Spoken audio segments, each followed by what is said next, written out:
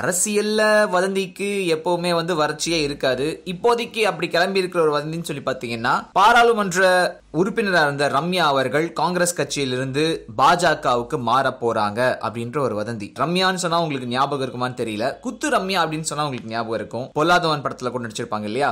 So அவங்க SM. கிருஷ்ணாவோட பேத்தி. SM. Krishna யாரு அப்படின்னு சொல்லி பாத்தீங்கன்னா, முன்னாள் கர்நாடக மாநில முதல்வராக இருந்தவர். அவர் சமீபத்தில் என்ன பண்ணாருன்னா, காங்கிரஸ் கட்சியிலிருந்து விலகி அமித்ஷா முன்னிலையில பாஜக இணைந்தார். சீக்கிரமா அவருக்கு கவர்னர் போஸ்ட் கிடைக்க போகுது அப்படின்னு சொல்லிட்டு இருக்காங்க.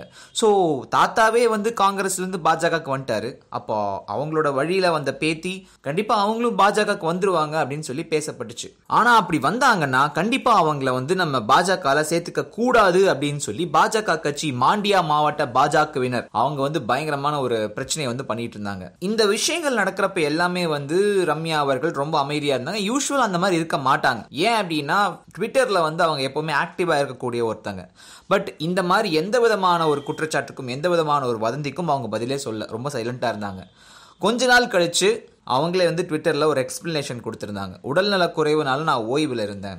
அடுத்த மாசம் மறுபடியும் தீவிர அரசியல்ல ஈடுபடுவேன். நான் பாஜக சேர போறதா சொல்லி சில பேர் வதந்தியை கிளப்பி இருக்காங்க. அதுல 1% கூட உண்மை கிடையாது. காங்கிரஸ்ல இருந்து விலகிற ஐடியா எனக்கு கிடையாது. சத்தீஸ்கர் மாநிலத்துல மத்திய படையினர் 25 பேர் நக்சலைட்டுகள்னால கொல்லப்பட்டிருக்காங்க. இது மத்திய அரசு உளவுத்துறையோட தோல்வியை எடுத்து காட்டுது.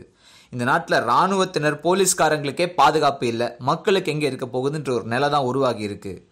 அவ்வளோ ஏங்க, குடிமக்களோட ஆதார் கார்டோட தகவல்களுக்கு கூட பாதுகாப்பு இல்லைங்க. அரசுக்கு பசுக்களை பாதுகாக்கிறதுல மட்டும்தான் கவனம் இருக்கு அப்படின்னு சொல்லி அவங்களோட ட்விட்டர் பக்கத்துல பதில் சொல்லியிருக்காங்க. வேற்றுமையில ஒற்றுமை அப்படின்ற பத்தி பேசுறாங்க. ஆனா ரொம்ப மெதுவா இந்திய திணிக்கிறாங்க அப்படின்னும் ரம்யா அவர்கள் இந்தி திணிப்புக்கு எதிராக குரல் கொடுத்திருக்காங்க. இது ஒரு முக்கியமான வதந்தினா, இன்னொரு முக்கியமான வதந்தி கார்ப்பரேட் சாமியாரான பாபா ராம்தேவ் பத்தி. தற்போதைக்கு பாபா ராம்தேவ் யாரு, அவரோட பத்தஞ்சலின்றது எந்த விதத்துல வளர்ந்துகிட்டு இருக்குன்றதெல்லாம் அவங்களுக்கு தெரிஞ்சிருக்கும். ஸோ ரீசெண்டா அவர் ஒரு ஆக்சிடென்ட்ல மாட்டிக்கிட்டாரு, ஸ்பாட்லயே மரணம் அடைந்து விட்டார் அப்படின்னு சொல்லிட்டு ஒரு வாட்ஸ்அப் போஸ்ட் பயங்கர வேகமா பரவி இருக்கு. ஸோ பாபா ராம்தேவோட ஆதரவாளர்கள், பக்தர்கள் உலகம் முழுசுல இருந்தும் கோடி கணக்கில் அவருக்கு என்ன ஆச்சு, உண்மையான்னு சொல்லிட்டு ஸ்டேட்டஸ், வாட்ஸ்அப் கேள்வின்னு சொல்லி கிளம்பி இருக்காங்க. ஸோ அதுக்கப்புறம் இல்லைங்க, அது முற்றிலும் பொய்யான ஒரு விஷயம். யார் இந்த ஒரு வதந்தியை கிளப்பினாங்கன்னு தெரியல, அதை நாங்க கண்டுபிடிச்சு சொல்றோம், தயவு செஞ்சு வதந்திகளை நம்பாதீர்கள் அப்படின்னு சொல்லி சைபர் கிரைம் போலீஸ்காரங்க தற்போதைக்கு விசாரணையில தீவிரமா இறங்கியிருக்காங்க. சார், எங்கிருந்து இவங்களுக்கு இந்த ஐடியா எல்லாம் கிடைக்கும் வதந்தியை கிளப்புறதுக்கு? அதுதான் சார் ரூம் போட்டு யோசிப்பாங்க போல. பாவா எடப்பாடின்னு மேல சொல்லி தப்பு இல்லைங்க. அவர் நேரமா என்னதில்லை, அந்த கட்டம் சரியா ஒர்க் அவுட் ஆக மாட்டுது. என்னென்னா, முதல்லேருந்து அந்த சமாதி மட்டும் பழி வாங்காமல் விடாது போல இருக்குது. அந்த சமாதியில் போய் இவர் போய் இன்னும் மௌனமாக இருந்தார். இவருடைய முதலமைச்சர் பதவி பிடிச்சி இப்போ அலுவலப்படுறாரு.